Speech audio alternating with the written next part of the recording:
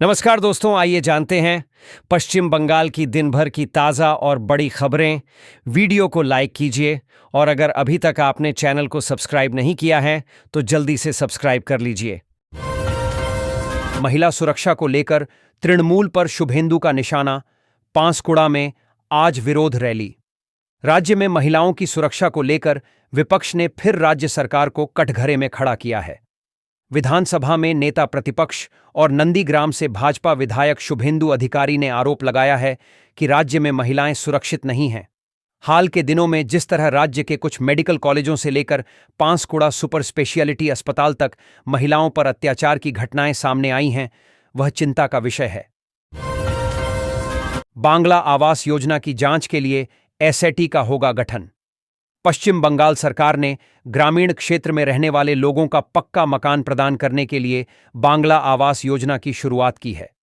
योजना के प्रथम चरण में करीब 12 लाख लोगों को 1 लाख रुपये 20,000 रुपये के हिसाब से अनुदान प्रदान किया गया है।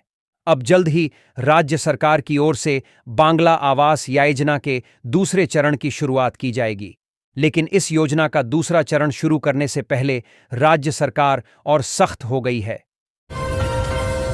पेट्रोल डीजल की कीमतों में 7 रुपये तक की कटौती, आम जनता को मिली राहत। त्योहारों के आगमन से ठीक पहले भारतीय उपभोक्ताओं के लिए एक सुखद समाचार है। देश के विभिन्न हिस्सों में पेट्रोल और डीजल की दरों में उल्लेखनीय कमी आई है। यह घटना न केवल वाहन मालिकों के लिए राहत की बात है, बल्कि समग्र अर्थव्यवस्था पर भी इसका सकारात्मक प्रभाव दिखाई दे रहा है।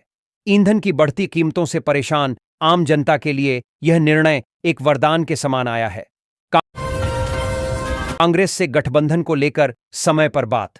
अगले वर्ष राज्य में विधानसभा चुनाव होना है, लेकिन कांग्रेस के साथ गठबंधन के मुद्दे पर अभी कोई फैसला नहीं हुआ है। अगर गठबंधन को लेकर परिस्थिति बनती है तो राज्य नेतृत्व के साथ साथ कांग्रेस आलाकमान से भी बात की जाएगी। माकपा के महासचिव एमआई बेबी ने ये बातें कहीं। पार्टी की केंद्रीय कमेटी की शनिवार और रविवार को दिल्ली में बैठक हुई। वहां मतदाता सूची के पुनरीक्षण और बिहार चुनाव पर चर्चा हुई। शमिक पर कुणाल घोष का पलटवार, कहा बंगाल में भाजपा सिर्फ बेबस। पश्चिम बंगाल की राजनीति में फिर एक नया विवाद खड़ा हो गया है।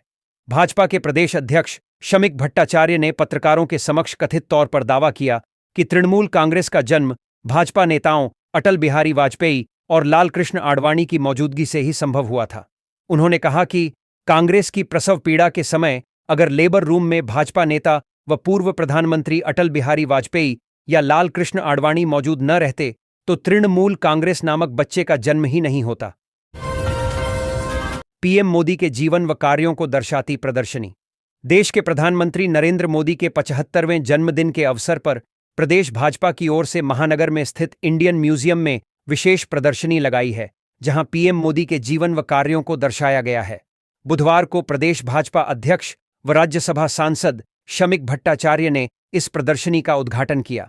इस मौके शमिक भट्टाचार्य ने कहा कि पीएम मोदी के कार्यकाल में देश सुदृढ़ हुआ है। प्रवासी श्रमिकों के सम्मान में विश्वकर्मा पूजा पर सरकारी छुट्टी, सीएम।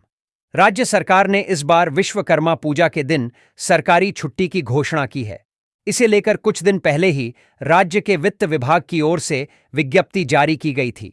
बुधवार को मुख्यमंत्री ममता बनर्जी ने राज्यवासियों को विश्वकर्मा पूजा की शुभकामनाएं दीं। साथ ही मुख्यमंत्री ने कहा कि इस बार हमने राज्य के प्रवासी श्रमिकों के सम्मान में विश्वकर्मा पूजा के दिन सरकारी छुट्टी की घोषणा की है। 7वीं और 10वीं पास के लिए होमगार्ड का आवेदन शुरू, अंतिम तिथि 30 सितंबर। अगर आपने केवल 7वीं या 10वीं कक्षा पास किया है और अब होमगार्ड बनना चाहते हैं तो आप सभी के लिए शानदार मौका है। झारखंड में होमगार्ड गृह रक्षक वाहिनी की नई भर्ती का नोटिफिकेशन जारी हो चुका है। नोटिफिकेशन के मुताबिक चतरा जिले में तैनाती की जाएगी, जिसके लिए कुल 400 पदों पर यह नोटिफिकेशन जारी किया गया है। अभ्यर्थी की जानकारी के लिए बता दें, इसके लिए ऑनलाइन एप्लीकेशन फॉर्म 15 सितंबर से लेकर के 30 सितंबर 2025 तक भरे जाएंगे। ऑनलाइन एप्लीकेशन फॉर्म चतरा जिला के ऑफिशियल वेबसाइट पर जाकर भर सकते हैं। प्रधानमंत्री के जन्मदिन पर सेवा पखवाड़ा का आगाज। प्रधानमंत्री नरेंद्र मोदी के जन्मदिन के अवसर पर रानीगंज मंडल 1 के नेतृत्व में सेवा पखवाड़ा कार्यक्रम की शुरुआत की गई। इस पहल के तहत रानीगंज के स्कूल मोड़ इलाके में रोटी गाड़ी के माध्यम से राहगीरों के बीच भोजन का वितरण किया गया। इस कार्यक्रम के दौरान लोगों को रोटी, सब्जी और मिठाई परोसी गई, जिसका उद्देश्य जरूरतमंदों तक भोजन पहुंचाना था। इस मौके पर रानीगंज मंडल 1 के भाजपा अध्यक्ष शमशेर सिंह ने बताया कि प्रधानमंत्री के जन्मदिन के उपलक्ष्य में यह सेवा पखवाड़ा शुरू किया गया है। चिंगानी ग्राम पंचायत पर भाजपा का फिर कब्जा, तृणमूल को हुई मायूसी। वर्ष 2026 के विधानसभा चुनाव के नजदीक आते ही चिंगानी ग्राम पंचायत में दल बदल का खेल तेज हो गया। तृणमूल कांग्रेस ने 10 सितंबर को भाजपा सदस्यों तारापद पाल व गणेश मल्ला को अपने पक्ष में दिखाकर दावा किया कि ग्राम पंचायत उनका कब्जा फिर से हासिल कर चुकी है।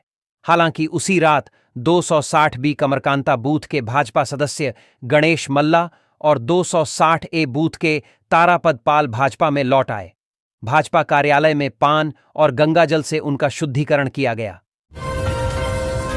नवरात्रि से पहले सोना चांदी के दामों में तेजी से गिरावट, 24 कैरेट से लेकर 18 कैरेट 10 ग्राम का सोना चांदी के दामों में भारी गिरावट देखने को मिल रहा है।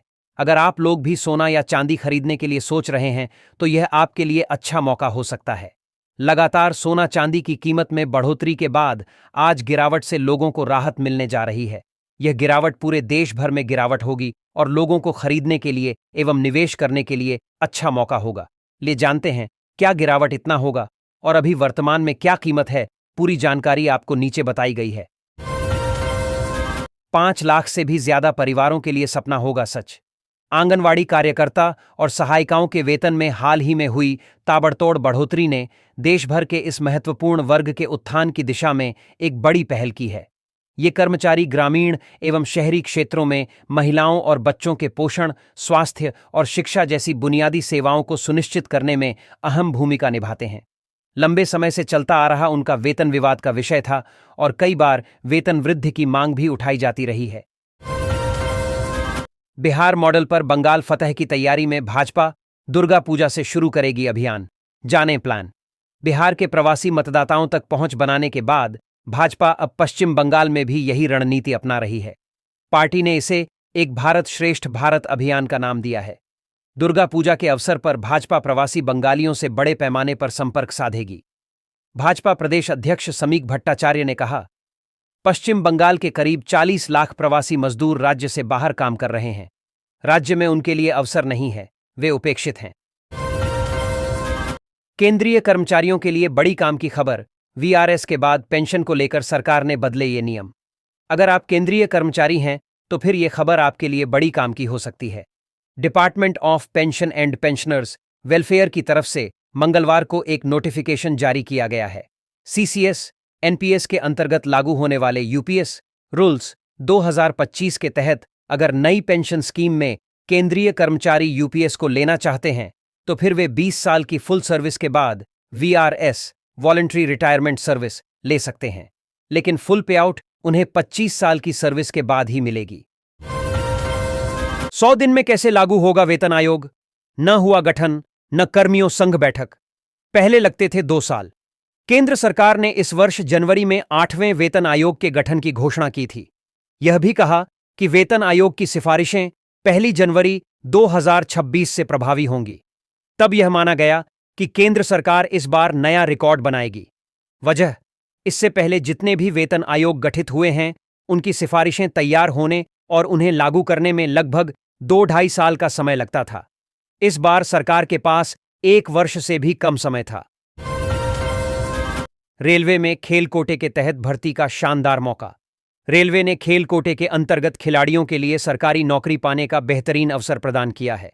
यह भर्ती उन अभ्यर्थियों के लिए है जिन्होंने राष्ट्रीय, अंतर्राष्ट्रीय या विश्वविद्यालय स्तर पर किसी भी खेल प्रतियोगिता में भाग लेकर अपने क्षेत्र का नाम रोशन किया है। इच्छुक उम्मीदवारों के लिए आवेदन प्रक्रिया 13 सितंबर 2025 से शुरू हो चुकी है और अंतिम तिथि 12 अक्टूबर 2025 तक रखी गई है। ईपीएफओ खाताधारकों के लिए खुशखबरी को दीपावली से पहले मिलेगा 2 गुड न्यूज। कर्मचारी भविष्य निधि संगठन ईपीएफओ अपने करोड़ों खाताधारकों के लिए एक बड़ी खुशखबरी लेकर आने वाला है। दीपावली के त्योहारी सीजन से पहले ईपीएफओ अपना नया डिजिटल प्लेटफॉर्म ईपीएफओ 3.0 लॉन्च करने की तैयारी में है, जो कर्मचारियों की जिंदगी को और भी आसान बना देगा। इस नई सुविधा के साथ ही न्यूनतम पेंशन में भी बढ़ोतरी की संभावना है, जिससे पेंशन भोगियों को राहत मिल सकती है। बाल मुद्दों पर रिपोर्टिंग के दौरान बच्चों की सुरक्षा व गरिमा को दें प्राथमिकता। प्रेस क्लब कोलकाता और child in need institute CINI के सहयोग से बाल सुरक्षा विषय पर मीडिया सेंसिटाइजेशन कार्यक्रम आयोजित किया गया।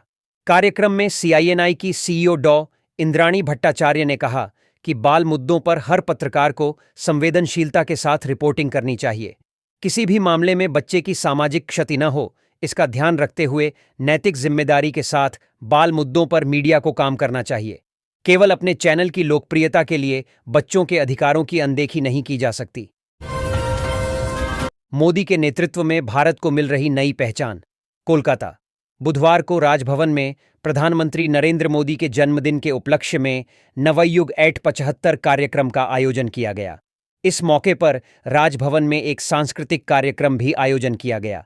अपने संबोधन में राज्यपाल डॉक्टर CV आनंद बोस ने कहा कि प्रधानमंत्री नरेंद्र मोदी एक ऐसे सिविल सेवक हैं जो देश की जनता से जो वादा करते हैं वह पूरा करते हैं। आर्थिक विकास को ध्यान में रखकर जो योजनाओं का प्रारूप तैयार करते हैं या घोषणा करते हैं, उसको क्रियान्वित करने में वह सफल होते हैं।